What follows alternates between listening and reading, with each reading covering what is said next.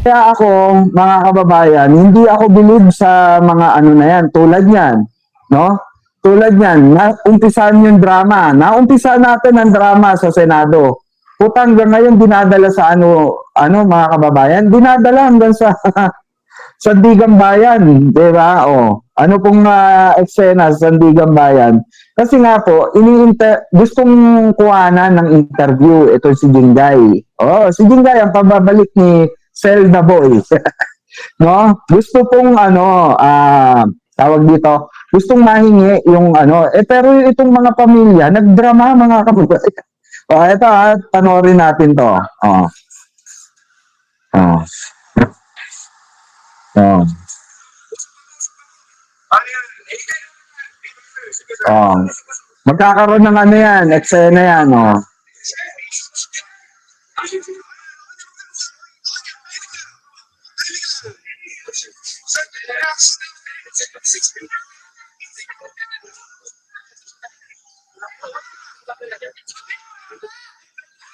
Oh.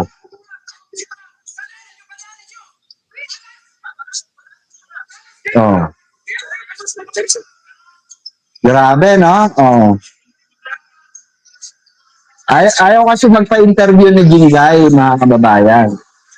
Oh.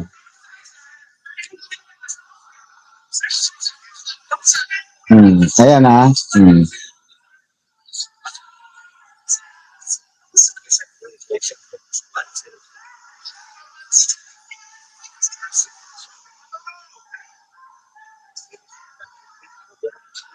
Nagkakagulo, di ba?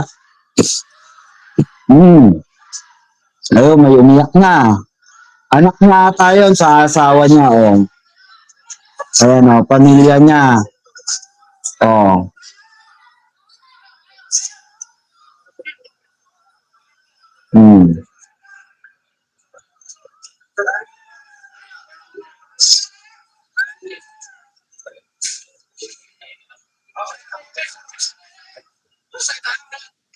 Oh, di ba? Hindi, ang nakakaano lang dito, mga kababayan, ang punto natin dito, di ba, bakit nagdadramang sa ganung senaryo itong mga pamilya nitong mga ito, 'di ba? Ay Ma'am Dali Babes, shout out po Ma'am Dali Babes. Bakit sila magdradrama ng ganito? Eh hindi naman na bago ito eh. 'Di ba mga kababayan, hindi na bago ito kay Jinggoy Estrada. 'Di ba? Hindi na po bago ito kay Jinggoy Estrada. Suki na po ito, kung tutusin na, dapat siya yung may pelikula na hari ng selda eh. Di ba? Hindi si Robin dapat eh. Kasi si Robin isang beses. Dapat, di ba? Eh siya ilang beses pangilan na, pangatlo. Di ba? If I'm not mistaken, tama ba mga kababayan? Pangatlo. Oh. Tapos meron pa mga ganyan drama, di ba? Ang masama kasi dito, mga kababayan, ang parang pinapalabas nila sa sambayan ng Pilipino po, itong ginagawa sa kanila ng DOJ, Sandigan Bayan, Ombudsman, parang bang ginigipit daw sila. Parang bang ang pinapalabas nila sa sambayan ng Pilipino, pinupolitika lang sila. Matibay ang ebidensya, mga kababayan. Saksin buhay po tayo, mga kababayan ko. Saksin buhay po tayo nung panahon na hinihiring po yan, Blue Ribbon Committee. Sila Alcantara, Hernandez, di ba? Saka si dating DPWH Secretary, Bunoan, di ba? Ano sinabi nila? Merong kasapakat. Sila dito. Sino ang kasapakat nila? Si Jinggoy Estrada, si Bong Revilla. Ang dami pang binanggit na pangalan, di ba?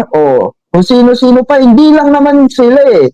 Ang inaano natin dito, mga kababayan ko, bakit kailangan magdrama? Diba? Bakit kailangan paabutin sa drama? Hindi naman bago ito sa kanila.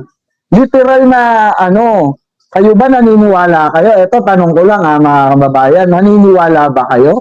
Hindi magnanakaw yan? Diba? Ako naniniwala ko na yaan ay may pagkakasala yan. Hindi naman dumaan yan ng basta lang inakusahan siya di ba? na may mga investigasyon na naganap sa Blue Ribbon at meron din po sa ICI na isinumiti nga sa Ombudsman. Oh, hiningi po yan ni Ombudsman Boying Rimulya. Hindi po yung gawa-gawang istorya, hindi po yung gawa-gawang ebidensya. Oh. Kaya nga nilagay sa state witness itong sila Alcantara, Hernandez. Oh. 'Di ba? Bakit po? Kasi sila yung middleman eh. Parang alam mo 'yon, sila yung nakikipag-usap kay Bonoan at doon sa mga kongresista, kung sino pang kausap nila dyan, mga senador, di ba? Nagpumorsyento doon sa proyekto na yun. Oh. Hindi invento yan, mga kababayan. Kaya, di ba, dapat hindi sila pa-victim dito eh. Para bang ang nangyayari, mga kababayan? Every time na lamang na may huhulihin, every time na lamang na may aarestuhin eh, sasabihin politika, di ba? Ginagawa tayong bobo, hindi naman tayo DDS, mga kababayan eh. Hindi tayo DDS. Oo. Di ba, Ma'am Danny Babes? Did you get my point?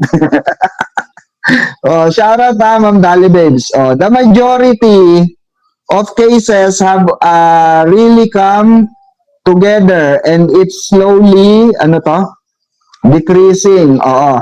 The rest of them will be disgrace. Oh. Kasi totoo yan, no? Alam nyo kahit na mawala yung na yan, mga senador na yan, at may natira sa majority, mga kababayan, no? May basura pa rin. May basura pa rin saan po? Sa Senado. Bakit? Kailangan mawala yung kalat dyan eh. Kailangan talaga kasi grabing kahihiyan ang binigay ng majority na yan. Lalo na si Amy Marcos, mga kababayan. Lalo na si Amy. Imagine nyo, di ba?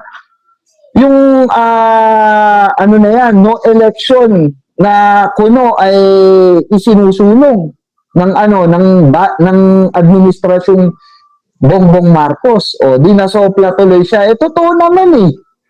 Bakit ka maglalatag ng mga ganyang propaganda para lang matabunan yung eksenang ginawa nyo? Diba? Actually, wala pang wala pang resulta. Wala pang napapanagot, diba? Sa eksena na yan. Diba? Kaya, etong mga propaganda ng majority, dinadala nila sa Senado kasi nga, diba, parang may show ang Senado, mga kababayan. Oo, parang may show ang Senado, kagaya lamang po ng ginagawa nila, diba?